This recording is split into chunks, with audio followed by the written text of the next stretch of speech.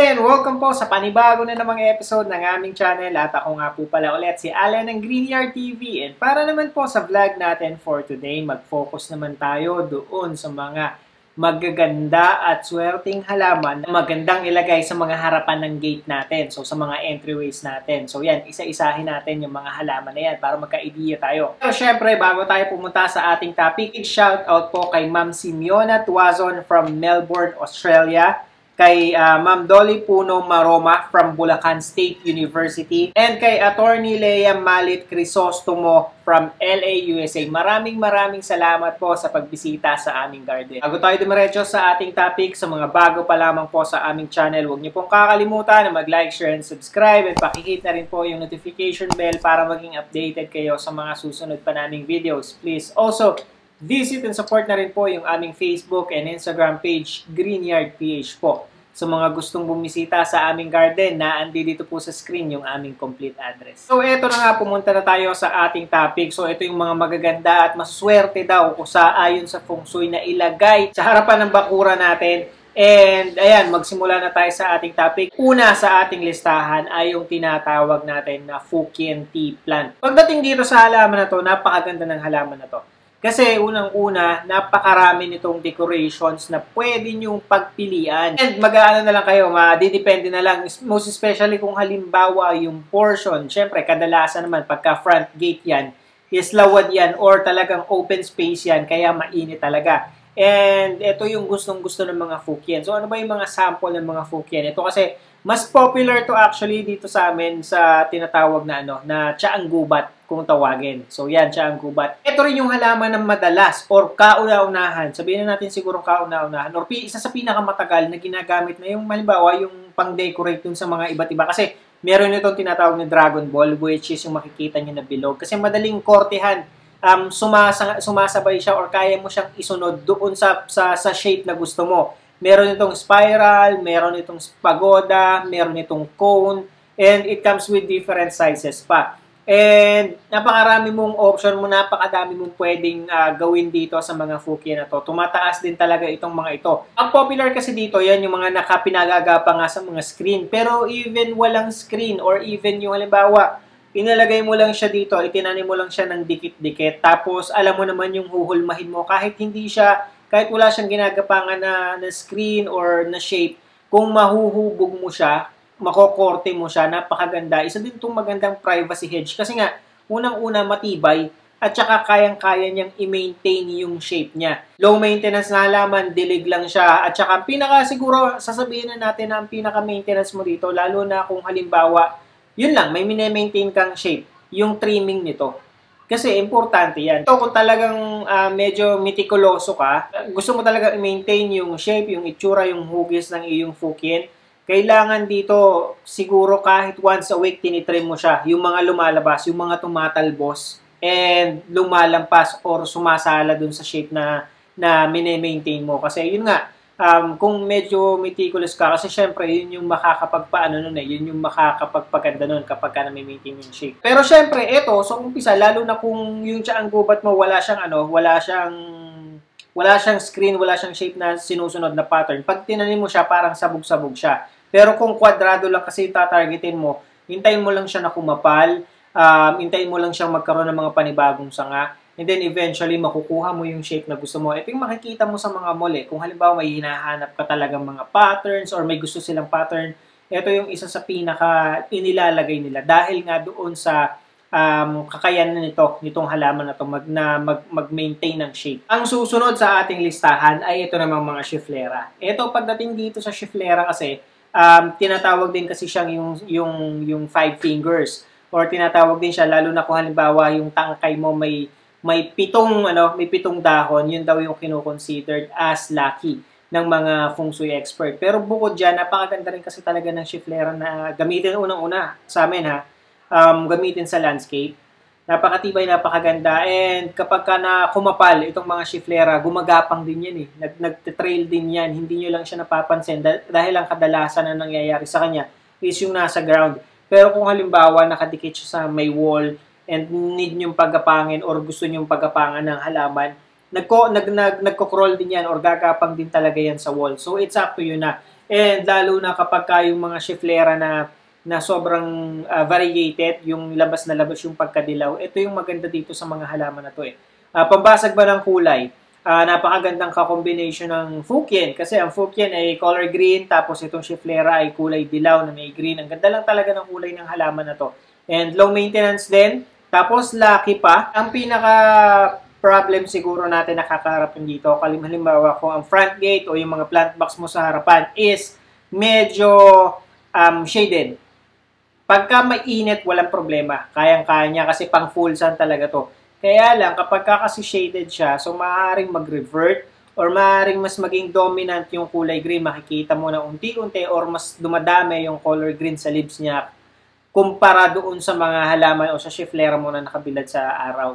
So, yun, may chance na mag-revert siya. Ang ano na lang natin dito, ang pinaka-option na lang natin dito is i-trim natin or i-cut natin. Or di kaya naman, hanap tayo ng ibang halaman kung halimbawang shaded or so sabihin na natin shaded na shaded yung area nyo. Other than that, napakagandang halaman itong Schefflera para sa akin. At ang susunod sa ating listahan, ito naman syempre ang walang katapusan na money tree. Pagdating dito sa money tree, so kung medyo malaki yung gate ninyo, pwedeng-pwede siyang itanim sa, sabihin mo lang sa plant box or sa lupa, sa ground. Pero ito ay expect nyo na magiging puno talaga. So, kung halimbawa sobrang init ng ano nyo at malaki naman yung entryway ninyo at hindi magiging sagabal at gusto nyo ng shade, so ito, kasi ito namang mga money tree, ano naman yan eh, upright lang yung position, nagiging puno siya, pero hindi naman siya yung sasabihin mo as in yung parang like yung mga nara, sampalok, hindi naman ganun. Kasi hindi naman lumalaki ng sobrang taba yung bawat puno ng mga ito. Pero kung halimbawa wala tayong ganung space or spot, pwede din naman na ipat na lamang natin siya.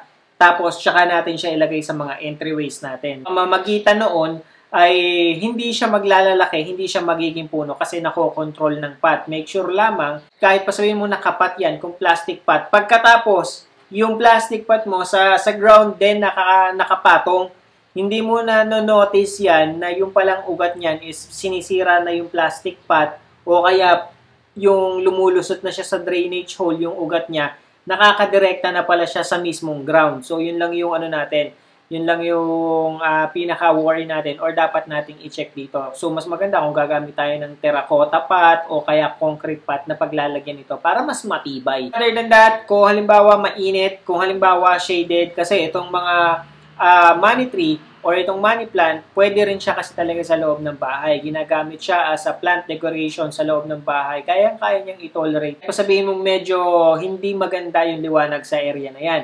Yun nga lang, katulad ng nangyayari dito sa amin, ito kasi mas maganda, pasok pa rin yung liwanag or nakakakita pa rin ng liwanag. Kasi makikita mo naman sa dahon ng iyong mga halaman na magiging leggy siya. So, pero pag sa labas, wala namang magiging problema. And, ang kailangan lang nating iwasan, kasi ngayon marami na lumalabas na mga money tree, meron na tayong variegated, dalawa yan, yung parang golden, yung kulay, at saka yung kulay white, yung variegation. Naman kasi mga halaman na to is yung mga variegated, kadalasan sa mga to ay grafted. So, yun. Ang kailangan nating i-avoid dito is, kapag halimbawa direct sunlight, mas maganda kung yung ordinary money tree yung gagamitin natin. Kasi pagka gumamit tayo ng variegated na grafted, maaaring masunog kasi yung maselan yung dahon yan eh. Minsan nga hangin lang eh. Mapapansin mo nasusunog or nasisira pagka sobrang lakas ng hangin. Pumapangit yung dahon kasi medyo sensitive talaga siya. Pero kung halimbawa pang indoor, wala kang magiging problema. Morning sunlight, walang problema. Lalo ngayon gantong kainit, hindi tatagal kung variegated yung ipi-place natin doon at medyo mainit sa labas. Ang susunod sa ating listahan ay ito namang tinatawag na silum. So pagdating dito sa silum, itong silum ay isa na rin sa pinakamatagal na halaman. And dito, medyo kailangan matanong tayo kung gusto natin ng silum. And ginagamit din siya sa landscape. Ang ganda kasi nito, para siyang monstera. Tinatawag din kasi siyang sahod yaman. Tapos kinukonsider din siya as lucky plant. Isa pa, madali ding alagaan. So, ang pinaka na lang natin dito is yung pinaka worry natin dito sa silum na to. Make sure na magtatanong kayo sa seller kung ito bang silum na nabili nyo or bibilhin nyo is nasa direct sunlight or nasa shaded. Ngayon kasi dalawa na yan dalawang factor na yung nangyayari sa silong natin. Meron tayong mga silong na mga nasa shaded kasi kapag ka nasa shaded ang silong nyo, tapos nabili yung silong, tapos inilagay nyo sa inyo, itinanim nyo sa front gate ninyo, pero direct sunlight pala yung nando doon. Naku, masusunog yan kasi sanay na siya doon sa shaded Wala kang magiging problema kung halimbawang shaded ang paglalagyan mo sa kanya. Kaya lang, yun nga, kung halimbawa naman, yung binili mong silong ay direct sunlight, tapos inilagay mo siya bigla sa shaded, naku, pinaka magiging reaction ng plant is magiging leggy, tapos mas maliliit yung dahon. Kaya manonotice niyo yan. Kasi syempre, naghahanap yan ng liwanag. Sanay siya sa direct sunlight And then, all of a sudden, ilalagay mo siya dun sa area or spot na medyo biglang parang wala yung direct sunlight. Kaya mas tumataas yung mga tangkay nitong mga to at naghahanap siya ng liwanag. So, yun yung tendencies ng mga halaman na to. Kaya kung direct sunlight yung paglalagyan mo, make sure na yung silong na bibilhin mo, itatanong mo kung nasa direct sunlight. Kung shaded naman, make sure na itatanong mo nasa shaded ba yung silong na mabibili mo. Ikam sa pag-aalaga, so, madali lang alagaan. Kadalasan kasi dito nagwa-wild. So, ang pinaka-option mo dito is ilagay mo siya sa concrete pot or di kaya naman sa terracotta pot. Pagka kasi nasa ground siya, talagang may chances, may tendency na lumago at lumaki ang bawat dahon nito. Sigurado ko yan sa'yo.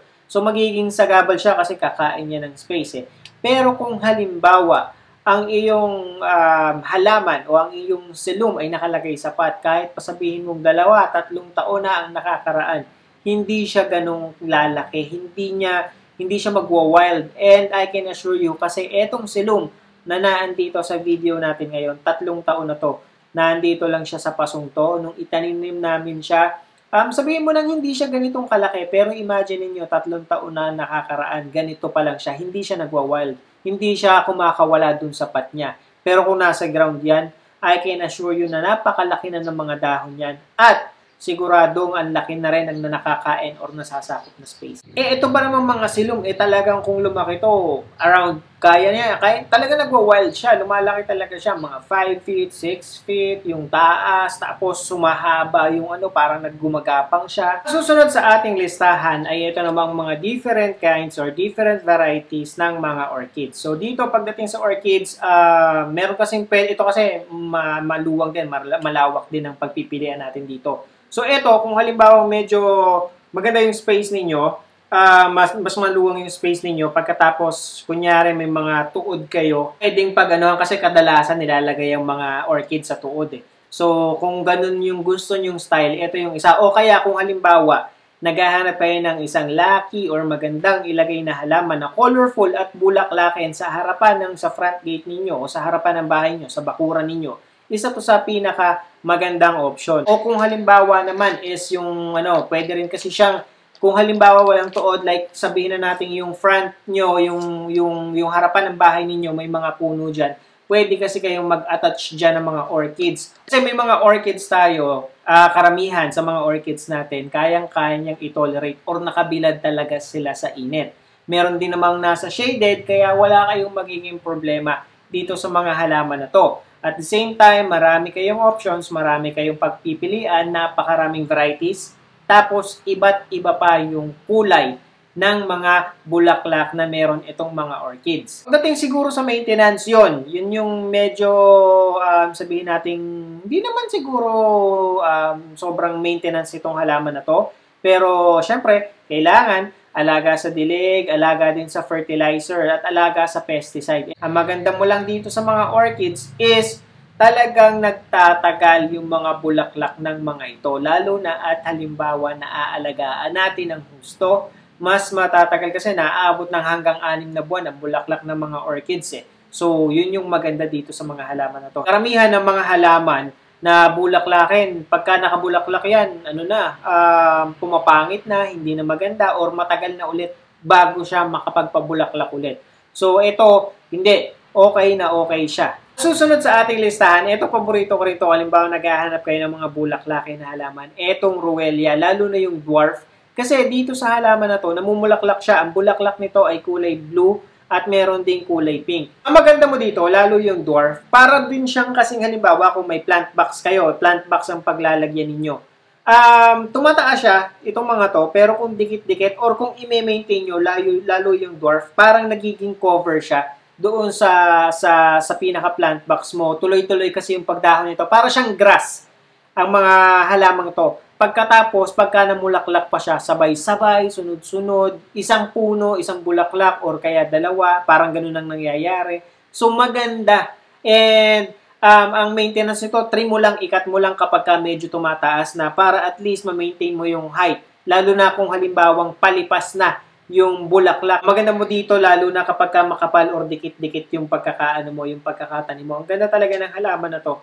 Ano lang siya, sabihin na natin na underrated. Isa pa, mura. Mura itong halaman na to. And kung halimbawa may mga halaman nga kasi katulad na nabanggit ko kanina na pagka nakabulaklak ng isa, medyo natatagalan na, yung iba nga hindi na ulit bumubulaklak. Kumbaga sa una lang, tapos mabilis pang mag-fade or masira or matuyo yung bulaklak ng mga ito. Pero tong halaman na to, tong Ruelia, nako, maganda to. Isa to sa pwede nating i-incorporate sa mga landscape. Yan, tsaka mura nga siya at madaling hanapin. Dito sa amin madaling hanapin siya kasi kamihan talaga dito sa silang mga pang-landscape na halaman, mga flowering plants na, yun nga, marami kayong pagpipilian. Ang susunod sa ating listahan ay ito namang mga fern. So pagdating dito, marami tayong options. Meron tayong mga Peruvian, may mga Boston fern. So it depends on ano ba yung spot na paglalagyan ninyo. Kasi meron kaming dati, may nagpagawa din sa amin yung entryway nila at saka yung mismong loob ng gate nila, pagpasok mo, maraming malalaking puno. So, parang ang gusto ni client is gusto niya ng may nakahang na fern, which is napakaganda. Kasi lalo na kapag ka ang kapal at ang lago at ang laki. Kasi ang laki ng puno, pagkatapos ang laki din ng fern, nakahang siya, solid, sobrang ganda. Lalo na kapag ka ang hahaba na, nakakita mo talaga nakalabas na or nakalawit na yung mga fern. Malaylay na yung mga dahon ng fern ninyo. Sobrang ganda. Saka ito, siguro magiging problema mo kapag ka dito, wag mong kakataasan yung pagkakasabit mo ng mga fern mo sa iyong bakuran, sa iyong front gate, sa mga puno, kasi yung pagdidilig. Yung pagdidilig, yun yung medyo mahirap dito kasi syempre, di ba, pagka sobrang taas naman ang pagkakalagay mo, walang paraan or mahirap yung way na madidilig mo ng maayos yung mga fern. So, yun lang naman. And isa pa, pag medyo mataas kasi, di ba, medyo delikado din naman. So, yung sakto lang yung level, nakakadagdag sa ganda ng bakuran mo, sa ganda ng harapan ng bahay mo. Kasi mga Peruvian, malalaki to batcha ang pinaglalagyan nito. Kaya talagang malaki. Kung halimbawa, maliit yung hinahanap mo, meron naman tayong mga options like yung Boston fern and yung kahit nga yung kahit yung sabihin mong plant box ang paglalagyan mo at pagkatapos gusto mong gumamit or gusto mo ng fern, meron tayong yung tinatawag natin na Paco fern. Yung kadalasan nakikita natin na mura. Ito yung isa sa pinakamurang fern na meron na mahahanap tayo. So ang Paco fern, kahit direct sunlight yan, wala kang magiging problema dyan. Nakabilad talaga dito sa amin, nakabilad talaga yan. Kapag ka namili ka ng Paco fern, nakabilad talaga sila sa initan. Kaya yun, no worries. And then eventually, kakapal yan, gaganda yan. As long as nadidiligan siya ng maayos, lalo na kapag ka-direct sunlight at saka nalalagyan siya ng fertilizer. So, yun lamang po and I hope nakatulong at nag-enjoy kayo sa panonood ng video na to. And again, sa mga bago pa lamang po sa aming channel, huwag niyo pong kakalimutan na mag-like, share, and subscribe. And pakihit na rin po yung notification bell para maging updated kayo sa mga susunod pa naming videos. Please also visit and support na rin po yung aming Facebook and Instagram page, Greenyard PH po. Magkita-kita po ulit tayo sa susunod na episode ng Greenyard TV and thank you for watching.